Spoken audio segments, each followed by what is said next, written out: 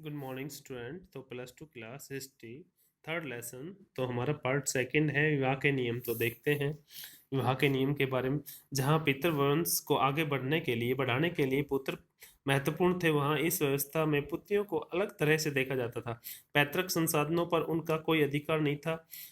गोत्र से बाहर उनका विवाह कर देना ही अपेक्षित था। इस प्रथा को बहु विवाह पत्ति कहते हैं।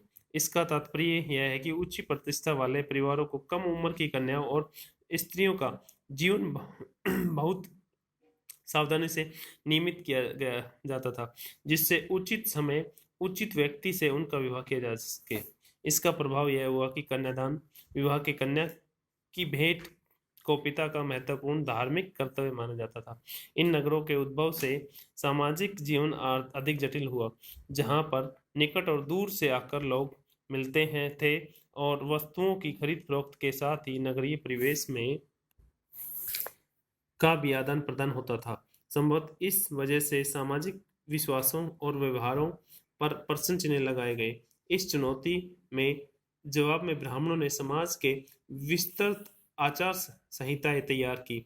ब्राह्मणों को इन आचार संहिताओं का विशेष पालन करना होता था, किंतु बाकी समाज को भी इसका अनुसरण करना पड़ता था। लगभग 500 ईस्वी पूर्व से इन मापदंडों का संकलन धर्मसूत्र व धर्मशास्त्र नामक संस्कृत ग्रंथों में किया गया। यह धर्मसूत्र या धर्मशास्त्र नामक संस्कृत ग्रंथ में इनका वर्णन किया गया है, जो आज से बहुत साल पहले लिखे गए थे। इनमें सबसे महत्वपूर्ण मनुस्मृति थी। सबसे जो धर्मसूत्र या धर्मशास्त्र मनुस्मृति थी, जिसका संकलन लगभग 200 बीसी से 200 ईस्वी एडी के बीच हुआ। हालांकि इन ग्रंथों के ब्राह्मण लेखकों का यह मानना था कि उनका दृष्टिकोण सार्वभौमिक है, उनके बनाए नियमों का सबके द्वारा पालन होना चाहिए, किंतु वास्तविक सामाजिक संबंध कहीं अधिक जटिल थे। इस बात को भी ध्यान में रखना जरूरी है कि उपमहाद्वीप में फैली क्षेत्रीय विभिन्नता एवं संचार की बाधाओं की वजह से भी ब्राह्मणों का प्रभाव सर्वाधिक कदापि नहीं था।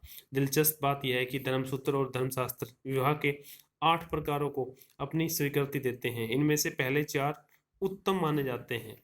तो हम देखते हैं उस टाइम 8 प्रकार की के विवाह होते थे, तो 4 प्रकार के विवाह उत्तम माने जाते थे, बाकियों को निरित माना जाता। बाकी जो 4 बच गए उनको निरित कहा जाता था। संभव है कि ये विवाह पत्तियों उन लोगों में प्रचलित थी जो ब्राह्मणी नियमों को अस्वीकार करते थे। जो ब्राह्मण नियम को स्वीकार करते थे उनको उत्तम मानते थे। तो स्त्री का गोत्र, तो देखो, एक ब्राह्मणीय पत्ती जो लगभग आज से 1000 ईस्वी पूर्व के बाद से प्रचलन में आई, वह लोगों को गोत्रों में वर्गीकृत करने की थी। प्रत्येक गोत्र एक वैदिक ऋषि के नाम पर होता था।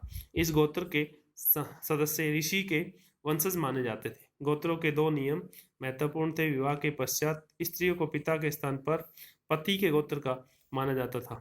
एक ही गोत्र के सदस्य आपस में विवाह संबंध नहीं रख सकते थे। क्या इन नियमों का सामान्यतः अनुसरण होता था? इस बात को जानने के लिए हमें स्त्री और पुरुष नामों का विश्लेषण करना पड़ेगा, जो कभी कभी गोत्रों के नाम से उद्धत होते थे। हमें कुछ नाम सातवाहनों जैसे प्रबल शासकों के वंश से मिले हैं। इन राजाओं का पश्चिमी भारत दक्कन के कुछ भागों पर शासन था। सातवाहनों के कई अभिलेख प्राप्त हुए हैं, जिनके आधार पर इतिहासकारों ने पारिवारिक और वैवाहिक रिश्तों को खाका तैयार किया है। कुछ सातवाहन राजा बहुपत्नी प्रथा को मानने वाले थे। सातवाहन राजाओं से विवाह करने वाली रानियों के नामों का विश्लेषण इस तथ्य की ओर इंगित करता है, उनके नाम गौतम वशिष्ठ गोत्रों से उद्भव थे, जो उनके पिता के गोत्र थे।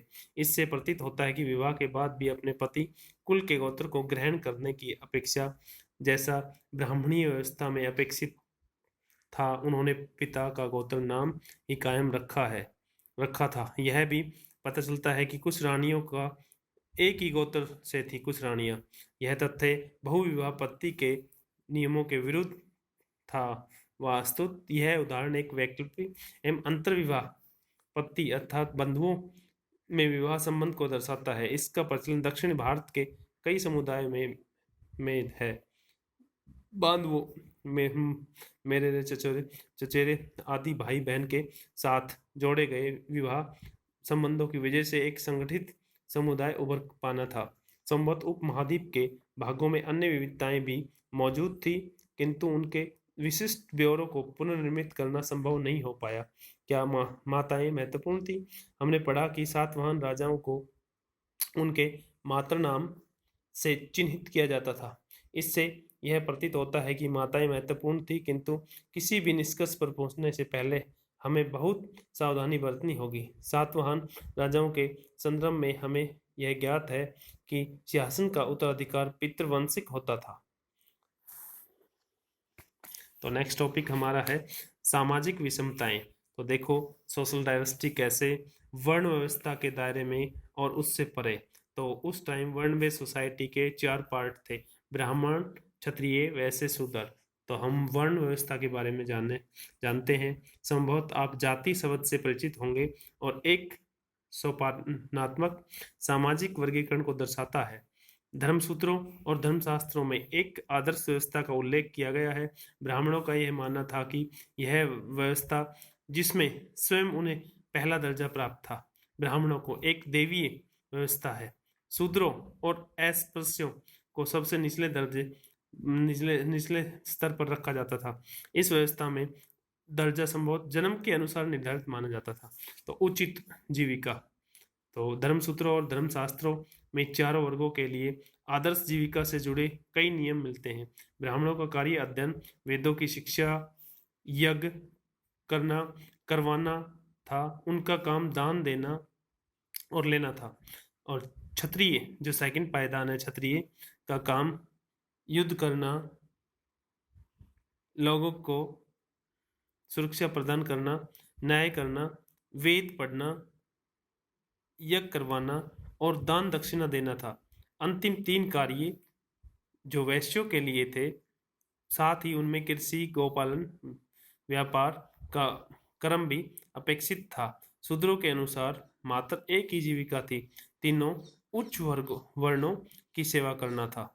तो देखो इन नियमों का पालन करने के लिए ब्राह्मणों ने 2-3 नीतियों अपनाई। एक, जैसा कि हमने अभी पढ़ा है कि बताया गया है कि वर्ण व्यवस्था की उत्पत्ति एक दैवीय व्यवस्था है। दूसरा, वे शासकों को यह उपदेश देते थे कि इस व्यवस्था के नियमों का अपने राज्यों में अनुसरण करें। तीसरे, उन्होंने लोगों को यह विश्वास दिलाने का प्रयत्न किया कि उनकी प्रतिष्ठा जन्म पर आधारित है, किंतु ऐसा करना आसान बात नहीं थी। इन मानदंडों को बहुधा महाभारत जैसे अनेक ग्रंथों में वर्णित कहानियों के द्वारा बल प्रदान किया जाता था। तो नेक्स्ट टॉपिक हमारा कि क्षत्रिय राजा। तो देखो शासकों के अनुसार केवल क्षत्रिय राजा हो सकते थे, किंतु अनेक महत्वपूर्ण राजवंशों की उत्पत्ति अन्य वर्णों से भी हुई। मौर्य वंश एक विशाल साम्राज्य पर शासन किया था के उद्भव पर गर्मजोशी से बहस होती रही है।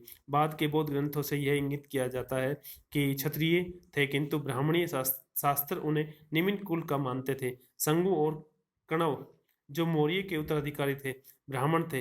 वस्तुतः राजनीतिक सत्ता का उपयोग वह व्यक्ति कर सकता था जो समर्थन और संसाधन जुटा सके। राजतव क्षत्रिय कुल में जन्म लेने पर शायद ही निर्भर करता था। बस थैंक यू, आज बस इतना ही।